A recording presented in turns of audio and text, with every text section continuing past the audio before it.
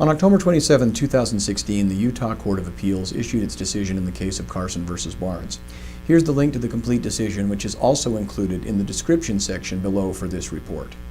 Tom Barnes appealed from a stalking injunction issued against him, arguing that the underlying events did not meet the statutory requirements for stalking, but the Court of Appeals affirmed the trial court.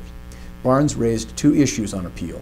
First, that the events leading up to the stalking injunction did not meet the statutory requirements for imposing the injunction, and second, that the injunction unlawfully restricts his constitutional right to own and carry a firearm.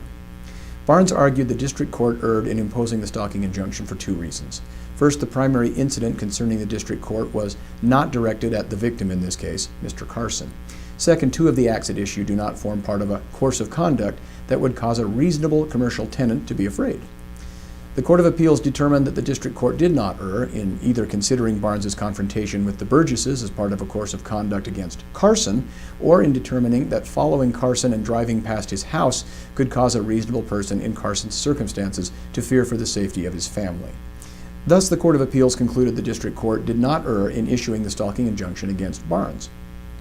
Regarding the firearms restriction, Barnes contended that even if the injunction was properly entered, its restriction on Barnes's right to own and possess firearms cannot withstand scrutiny.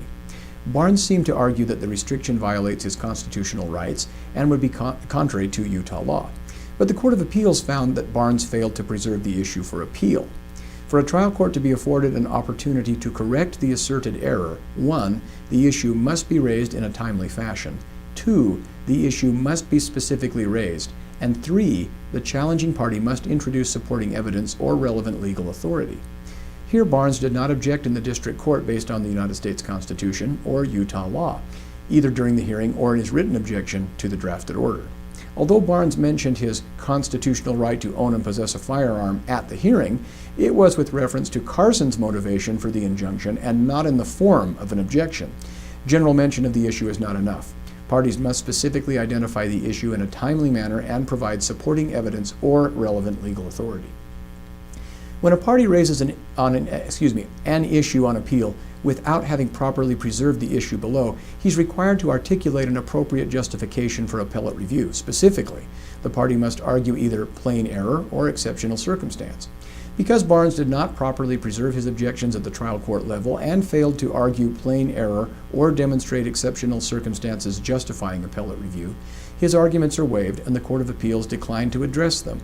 In affirming the trial court, the Court of Appeals concluded the district court did not err in issuing the stalking injunction against Barnes and that Barnes failed to preserve his constitutional argument against the firearms restriction.